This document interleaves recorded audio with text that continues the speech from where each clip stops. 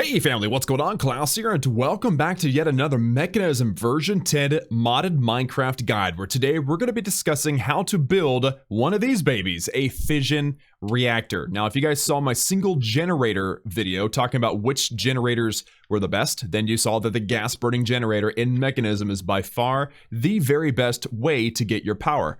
But that's just a single block structure. In Mekanism, there are multi-block structures, and these can produce a lot more power. So today we're going to be discussing how to build one of these things. They're not very complicated, but there are a few nuances that you want to keep in mind. You also don't want to try to run this thing because, you know, as you can see, you're able to go in here and activate. You don't want to do that until you build the second structure that you need, called the turbine. Okay, so do not try to run your fission reactor until you burn your turbine, or build your turbine and get it all set up. All right, just a very early warning on that one. Okay, so we're gonna be building another one of these, but we're not gonna build it near that big. This is ridiculous. You don't need this. This is the maximum size that you can build in Mekanism, 18 by 18 by 18 in all three directions. Today we're gonna do something significantly smaller than that, and it all begins with the fission reactor casing. Now, to make this is very simple. All you need is a steel casing with 4 lead ingots on either side. You use those and you get 4 reactor casings. To get steel casing, you just need steel on all 4 corners, glass inside the faces, and osmium in the center. To get steel, you use your metallurgic infuser. I've got a video covering that already. So I'm going to be making, let's just say, let's do a 7 by 7. That doesn't hurt, right? Yeah, 7 by 7. So the bottom layer, okay, this is 3, 4, 5, 6, 7, must be a solid surface, right? A solid surface of casings. So I'm gonna go ahead and set this up. I don't feel like this is a square for some reason. I might be off in my measurements, but it doesn't really matter because this, even if it's just a 7, let me see, this is yeah, that's a 7. And is this a 7? No, this is a 6. I knew it, I could feel it. Something was off. So we're gonna add one more layer. There you go. So now we have a 7 by 7. Now, all Mekanism machines really start off with a solid base of the casing, whatever type it is. Now, the rest is very simple. You have to have casings on the corners. So let's just say this is a 4, that's 4, 5, 6, and 7. So I'm making this a 7 by 7 by 7 cube. The edges have to be the casings as well. So it's 4, 5, 6, and 7. All right, we're gonna do this with all 4 corners. 3, 4, 5, 6, 7. I think I might have gone a little too high on that one. 3, 4, 5, 6, and 7. Okay, so creative is nice because you can kind of fly and see. Yep, everything is the right level. Now, the faces can be either casings or reactor glass. We're going to be using reactor glass because it's kind of fun to be able to see inside. But the way to use that is to get enriched iron, which obviously you get in your metallurgic infuser, lead ingots, and any kind of glass. It doesn't have to be stained. It's just any kind of glass. And you get 4 reactor glass each. So I'm going to be filling in the faces with the reactor glass. And again, this is just a much more aesthetically pleasing way to do it, as opposed to doing something like a solid surface, which again, just wouldn't be as fun. So let's fill in these faces and obviously leave ourselves a way to, you know, get out from the front, but I'm gonna fill in all of the faces here. And then of course we have to deal with the top, which will look identical to one of the sides, where you have the casings on the edges, but the faces can be either glass or the casings.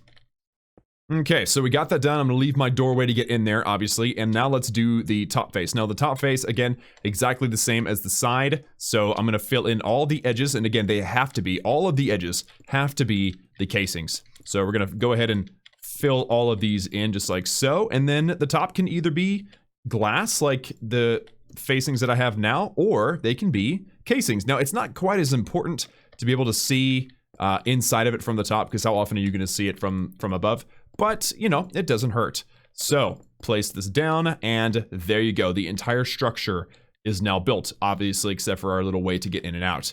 Now, the next step, and this is actually quite important, is you're going to need some fission reactor ports, because you might in your math, as you calculate what you're going to need, realize that you're going to need at least 2 of these fission reactor ports. And these ports are not difficult to make. All you need is 4 reactor casings, which you've already talked about how to make those, the lead and the steel casing, and then an elite control circuit, which all you have to do is throw in some reinforced alloy and advanced control circuits. You do all of these, you make all of these things in your metallurgic infuser. So you need 2 of these fission reactor ports, which I will set up right now. Why not? All right, so I'll put one over there and put one right there. Okay, so now you have your ports. You have your way to come in with your fuel and then to go out with your coolant. And actually, I should probably, you're gonna need 3 of them because you have to come back in with the coolant. Yeah, there you go. So let's actually make this a little bit more symmetrical. Okay, so now I've got the corners. So once again, you have the fuel that you're gonna go in with. So let's just right click. So now we have output waste, output coolant, input only. This is going to be input because the fuel is going in. Now input only, this is going to be the, this here is going to be output of your coolant. And then this up here will be the input of your coolant that's been cooled off by your turbine. And then the last thing, and we're going to have to put one more, is output for your waste. So you have input and output of your fuel, input and output of your coolant, okay? Very important. We'll go over that again here shortly. The last thing that you need to consider is the fission fuel assemblies, okay? These are what actually burns all of your fuel. In fact, I did forget, you also have to have the control rod assembly. So go ahead and select this. All right, so the control rod assembly and the fission fuel assembly, very, very important how these are put together. Easy to make though, lead on either side, steel on top and bottom, and a basic chemical tank, which is just osmium and redstone, basic stuff. The control rod assembly is steel, lead in kind of like the shape of a Y with an elite control circuit. We're actually gonna start with this control rod assembly. So let me grab one of those real quick. And allow me to show you the pattern that you should follow. I mean, you would think, okay, this is gonna be burning fuel. I should probably place them down as thick as I can, right? But this actually produces less efficiency. You're gonna end up spending more, I guess, resources making it than it's worth. So the best way to do this is to do it in a checkerboard. Now, the control rod assemblies, you only need 1 of them per column, and they go on the top of the column. So we'll place these down just like so. And now we go with the fission fuel assemblies, which again, you make with the lead, steel, and the basic chemical tank. And now you put the control fission fuel assemblies, right?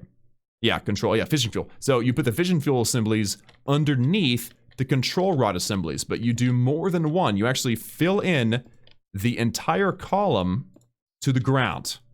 So I'll show you guys this on the outside as well, but let me just fill this in so I can show you that this is in fact the proper way to build it. And the number of these fission fuel assemblies that you use will determine your burn rate. How many millibuckets of your fissile fuel you can burn per tick. It's all dependent on how many of these things that you have. So you might want to go bigger or smaller, all depending on that. So now you saw that red, which means it is now set up and ready to go. So once again, you don't want your fission fuel assemblies to be all together. You want them to be straddling, never touching on the faces, just on the edges. And you can go as high as you want with these fissile fuel assemblies, but you have to put a control rod assembly on top of that. That is how it has to look. Even if it's just 1,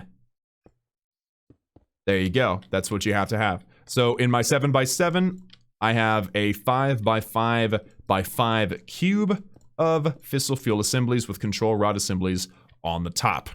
So now to actually set this thing up and get it going, the first thing that you want to do is start pumping in some water.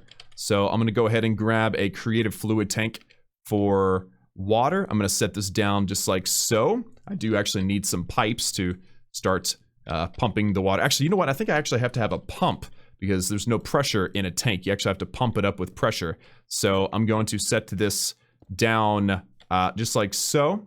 Place down this pipe and then turn on the pipe to where it will actually pull the water out. So I'm not going to have it to push. I'm going to have it to pull. And then I have to have an energy cube, and I'll just, you know, make an creative energy cube, just so that we don't have to worry about it running out of power. And place that down just like so. So now, as long as it's set to output, and it is, this should be receiving power. And now all I need to do is add a water source. No problem, right? So there you go. So now it is in this coolant input port. It is now bringing water into the fission reactor. Now, obviously, you want to upgrade this and make it faster and more energy efficient. But for now, it's just for demonstration. The coolant is going into the fission reactor. You want to build your turbine next, and you want to wait until this thing is fully maxed out and full before you run it. It needs to be full of water, or if you want to do the advanced version, you can cool it with sodium, but that requires a third building called a boiler. We'll talk about that later. In a future video, obviously. Now, the fuel that you need is called fissile fuel. And of course, I have a creative chemical tank with fissile fuel in it. I have not done a video on how to make fissile fuel, so if that sounds like something that you would be interested in, let me know in the comments. So I'm going to grab a pressurized tube and slap that baby down just like so. And I think it should be set, yeah, to output on the top. So now our fissile fuel is now filling up as well. So now I've got the coolant and the fissile fuel filling up. And that's what you need. You're going to be burning the fissile fuel and it gets hot. So you have to have your coolant. Now we're going to be sending out the water as steam because this other side has heated coolant. So the water gets turned into steam. The steam is going to be sent into the turbine, which again, we're going to build later. And then we'll bring the water back in. So what's so cool about this system is that once you fill it up with water, it's a closed system. You don't have to worry about adding in water once it's absolutely 100% full. The turbine will receive the steam. It'll spin the turbine. That's actually what makes the power, by the way. This doesn't make any power. All it does is make the radioactive waste, which is something that you definitely want. And you're going to want to get this and you're going to want to put it in a waste barrel. So let me just show you that real quick. We have our radioactive waste barrel, which is just steel in the corners, lead ingots on the sides there, and you get your radioactive waste barrel, put it down, and there you go. That is a place where the radioactive waste can go. If it accumulates in here, it's okay, but if it fills up and maxes out, then it could cause this fission reactor to explode. You don't want that to happen, so definitely be careful. Also, once you activate this thing, it'll get hotter, obviously. But if you have enough water, you're good. If you don't have enough water, it will start to heat up. And if it gets to the point to where it starts to take damage, and this can happen extremely, extremely fast, it might explode as well. So you want to be very, very careful. Now, one thing you can do is set up a fission reactor logic adapter, which is simple, redstone with a fission reactor casing. Plug that baby in there, anywhere, and then tell it to power down this machine once it gets to a temperature that's too high. And then you're good. It'll turn itself off and you don't have to worry about it exploding. So, guys, I think that pretty much covers the fission reactor today. Next time, we're going to be talking about the turbine and, how to set that baby up, and also get into more details on, how to figure out how big. Actually, with the turbine, you basically want to go as big as you possibly can, because this fission reactor, although it's only 7 by 7 by 7, can probably keep a...